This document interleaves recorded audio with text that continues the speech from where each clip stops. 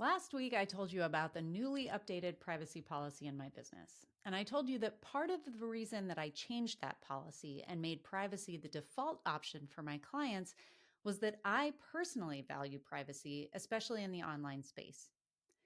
Now, I'm sure many of you can relate to this, not wanting to share all the details of your life on social media or your website. And I'm sure many of you can also relate to the fact that as business owners in the modern era, that can be kind of a tricky line to walk. It seems like everyone everywhere is telling us that we have to put more of ourselves into our businesses, make videos as we walk the dog, share behind the scenes of our vacations and our cooking projects. And I get it, I like binging that content from other people as much as the next guy. But A, my brain just isn't wired to constantly pick up my phone and record what I'm doing.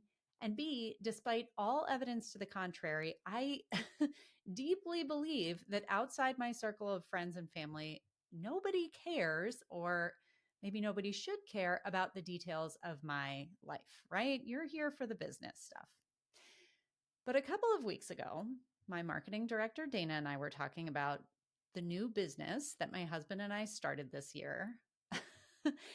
The business that we have invested a lot of money into and that now occupies at least a day's worth of my time each week. The business that I am now the official CEO of. And she was like, Anami, I get that you don't think anyone cares about your personal life, but for the love of God, you teach business and now you've started a whole new business in a whole new industry. Don't you think that the people who look to you for business advice might want to hear about this giant business project that you've been working on? And as usual, Dana's probably right. So here goes. Intro music here. Many of you know that my husband Riley and I met as photographers. He was a wedding photographer for 15 years, and we originally met at a networking event. Before the pandemic, actually, right around the time we started dating, he started dabbling in Airbnb. First, he listed the spare room in his house, then he scraped together the money to buy the house next door.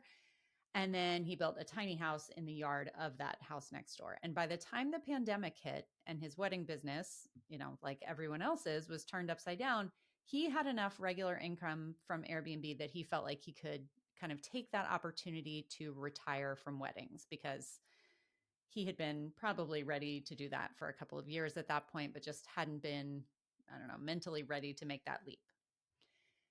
For a while, 2021, 2022, he was kind of finishing up the weddings that he had booked and was just focused on dialing in his Airbnb game. We were ultimately able to add a couple more properties, and he was devoting all this time to getting those furnished, set up, automating things, improving his guest experience, training his housekeeping team. But around the time that we got married, he was starting to kind of get to a point with Airbnb where he had automated himself out of a job. Like it took him a couple hours a day, maybe, to manage communication and, dealing with housekeepers and dealing with client requests and all that sort of stuff. But he had gotten to a point where he just didn't have enough work to fill his time. And he's like me. I mean, we are not good at sitting still. We always need to have a project going. So he was doing a lot of gardening, a lot of baking, a lot of tinkering with things. And that was great. But, I knew that that wasn't going to last. And he was getting kind of itchy. And like me, he also loves being an entrepreneur and working for himself. So it wasn't like he was going to go out and get a job. So he started kind of brainstorming and researching and daydreaming about starting a new business. But, unlike most of us photographers, he actually has a photography degree. And he was like, I have no idea. I'm not qualified for anything else. This is all I've ever done. So he just, kind of literally started with a blank page and put together a bunch of things that he wanted and didn't want in a business and started trying to find something that fit the bill. And his criteria were pretty funny. A lot of them were a pretty transparent, like pendulum swing from the wedding industry, right? He said,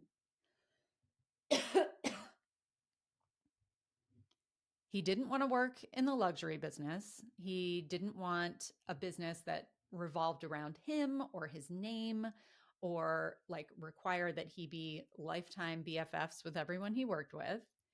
He wanted a business that he could buy or start and then grow, optimize, and sell in a relatively short period of time, 10 years or less. And he wanted it to be something that was in the essential services sector that wasn't particularly prone to lawsuits and wasn't going to be threatened by AI, which is a pretty random list of stuff. So, needless to say, it took him a fair amount of time to figure this particular puzzle out. And I have so much appreciation for the wide net, like mental net that he cast in terms of like all options were on the table in terms of, legal ways to make money. But when he did solve this puzzle, my gentle, sensitive artist of a husband came to me and announced that he thought that we should start a small asphalt repair company. And if your jaw just dropped, rest assured, mine did too, as has every single person that we know who has, heard about this new venture, like wedding photographer turned asphalt man. I won't bore you with the details, but the short version of the story is that now, in addition to photographing families and hosting a business podcast and supporting thousands of photography students around the world, I am also the proud owner of a business called Green Street Blacktop and a semi truck named Dolly. So, as you can imagine, obviously, I'm not out there shoveling tar, but I am pretty involved in the back end of the business. Obviously, I have lots of opinions about systems and automation and messaging and optimizing. And it's honestly been really fun and really challenging to help start a business in an entirely new to me sector from scratch. It has given me ample opportunity to kind of flex my creative muscles and my Airtable muscles. And I'm learning all kinds of stuff about supply chain and materials tracking and human resources. I mean, this is like the last thing in the world. If you had told me even 2 years ago that this would be what I was doing, I would have laughed. But life keeps teaching me that you shouldn't make assumptions, right?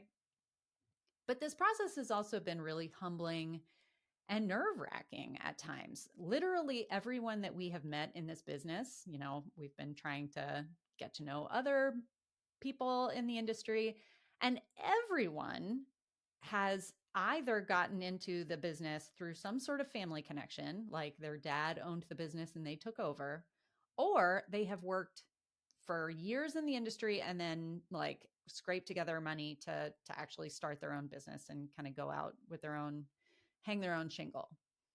And then there's, me and Rye showing up at this Pavex conference that we went to. I was wearing, my big earrings and my like black jumpsuit. And at one point, I was taking notes on my laptop during a presentation. And this guy next to me, who is like in head to toe camo, drinking a Mountain Dew, not taking notes, just sort of sitting there, leans over and literally asks me if I was the professional note taker for the conference. So to say that the two of us don't entirely fit into the standard mold for this business is definitely an understatement. But we've also taken on a big pile of debt to get this business started. My experience with conferences thus far in my life has mostly been limited to photography conferences, right? And on the trade show floor at WPPI, I think the most expensive thing that one might splurge on would be like, a new camera body, right? At that same conference with the camo guy, I saw like men standing around wearing Crocs, placing orders for equipment that started at $3 million. And, I was like, oh, we're in the big leagues now in terms of taking on business debt and all that sort of stuff. We are very much in it. But even though that business, that industry is different in all of the ways that you might imagine from photography. What's been really eye-opening is the fact that in reality, at its base, it's not been that different at all. This business, just like photography, is about betting on yourself. It's about knowing that there is stuff that you don't know and knowing that you'll figure it out. It's about, accepting that it's hard, especially in the beginning, and figuring out ways to make it easier. It's about educating yourself and equipping yourself for the job at hand. It's about seeing a need out there in the world, fixing someone's problem, being willing to kind of be the solution to that problem. It's about differentiating yourself in the market and sort of figuring out what your, unique value proposition is. It's about identifying your Bluebird clients and creating messaging and offers and pricing that will speak to them. And, it's about delivering a good product with good customer service. It is also about learning to live with the ebbs and flows and uncertainties of entrepreneurship. And I am very much in that all over again, which has brought me kind of a renewed sense of empathy for you, for the people that may be listening who are not in a great place necessarily in their photography business, or they're still in the beginning of their photography business and it all feels new and foreign and out of their depth. So I don't really know what this episode is supposed to help you with. I don't have a worksheet for you, but I hope that you've enjoyed learning a little bit about this weird new side hustle of mine. And certainly, if you live in Central North Carolina and need a pothole filled, you know where to find me.